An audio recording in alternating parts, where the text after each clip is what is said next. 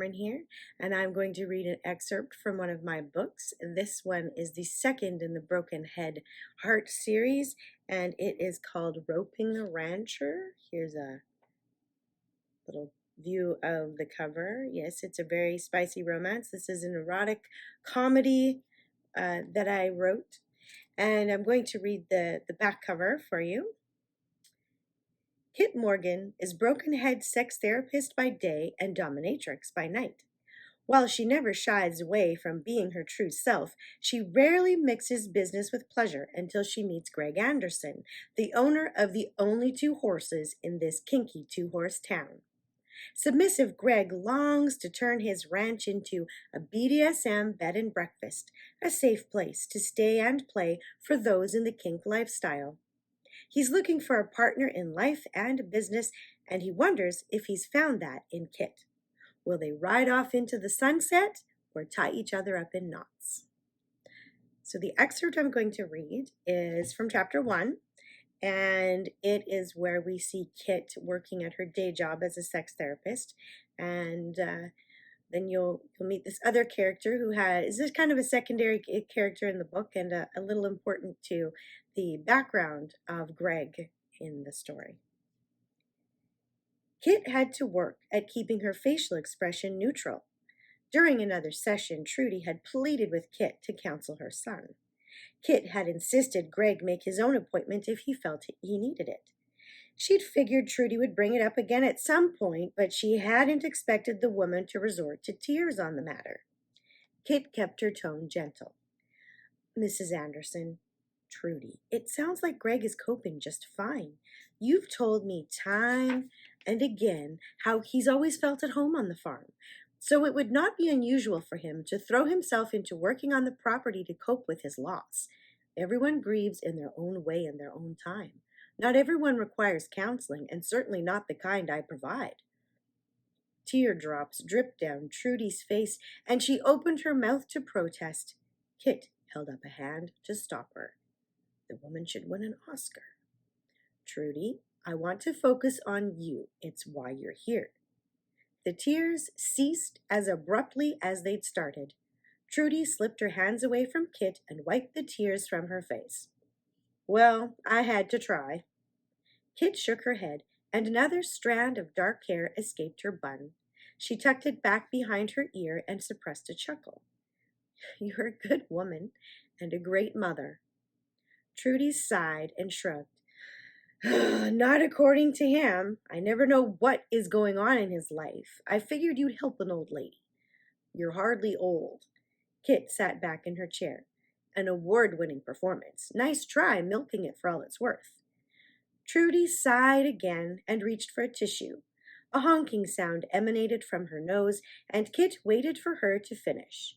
As Trudy disposed of the tissue in the garbage can to the right of the table, she said, I want him to be happy. He rarely smiles and works all the time. That cannot be healthy. What is healthy for one individual might be harmful to another. Only a therapist would be able to determine that. Kit picked up the notebook and consulted her notes. That's why I wanted him to see you.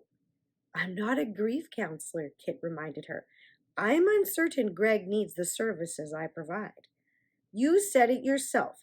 People grieve in their own way. Maybe he needs some sex therapy. That's hardly for you to decide, and I cannot help people if they don't want it. Kit cleared her throat, trying not to picture the tall, dark, and handsome rancher she'd had the pleasure of being intimate with. She had left out that bit of information when Trudy had first made her plea. As a therapist, she believed all information should be confidential, especially personal information. Kit wanted to get to know Greg better, but in a personal way and not as a counselor, and most definitely not because his mother had set them up. So, you said he wants to open a bed and breakfast on the farm? Trudy beamed, nodding with enthusiasm. That's right. I'm so proud of him. He wants to own his own business and generate more tourism for the town. Sounds like he has his hands full. Kit tilted her head with a nod. Let's talk about that. How does it make you feel? Oh, I'm sure whatever he's doing keeps him busy. I worry about him being all alone out there. He needs people. We all need people, and he hasn't spoken to me about his father's death. In fact, we don't talk much at all, haven't since he was a boy. You've mentioned that before. What happened between the two of you? Kit picked up a pencil, tapping the eraser against her chin. Trudy lifted her hands in the air. I don't know. He was a talkative child and then stopped one day. Since then, I always do the talking and he listens. He never confides in me about anything. Kit understood Trudy's concern for her son, but she didn't feel there was any reason to worry. A grown man, Greg probably realized, as most of the town did, that big-hearted Trudy was the biggest gossip around. She knew everybody's business, and Greg had most likely clammed up at some point to keep his business private. Kit had a sneaking suspicion as to why. Trudy heaved a dramatic sigh and threw herself back into the couch. Oh, if I die, then he'll have no one. It's a mother's worst nightmare. Kit coughed to suppress a giggle. If you're dead, you won't be able to worry about him anymore. Problem solved. Trudy narrowed her eyes. You really have a way of getting right to the point. Kit shrugged a shoulder. One of my instructors used to say I had a way of cutting through bullshit. What? Trudy squawked. Are you saying I'm full of shit? Of course not. I'm saying I have a knack for getting to the heart of the matter, and I want to concentrate on why you're here, not the fact your son won't come for counseling. You keep asking about him, and he needs it, in my opinion. Trudy crossed her arms over her chest and huffed. He's 33 years old, and I don't know if he's ever had sex. He's never introduced me to any woman. People like their privacy, and often from family, Kit pointed out. Trudy sat up and leaned forward, glaring at her.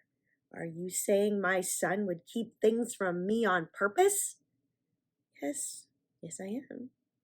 Kit cleared her throat once more. No, that's not what I'm saying. What I'm trying to say is that sometimes people need to do things in their own time, and when your son finds a partner he wants to spend his life with, I'm sure he'll let you know. Trudy frowned, real tears forming this time. Kit reached across the table and took her hand again. I know you're worried about Greg because he used to confide in your late husband. Then Walter would fill you in. Without Walter, you feel lost about your son's life.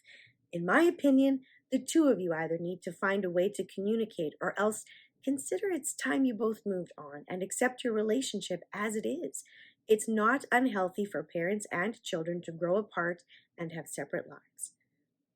I suppose, Trudy capitulated. But if he were to make an appointment, you'd see him, right? Kit sat back and nodded. Yes, of course. If Greg chose to come in, I would speak with him. Trudy's eyes lit up. Kit knew exactly where she'd try to go next. She cut her off at the pass. Trudy, anything Greg confides in me is confidential. I cannot report to you on your son's life.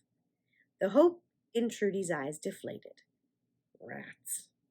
Kit inhaled a deep breath. She loved helping her clients, but Trudy was another breed altogether. Let's talk about something else. How did your date go?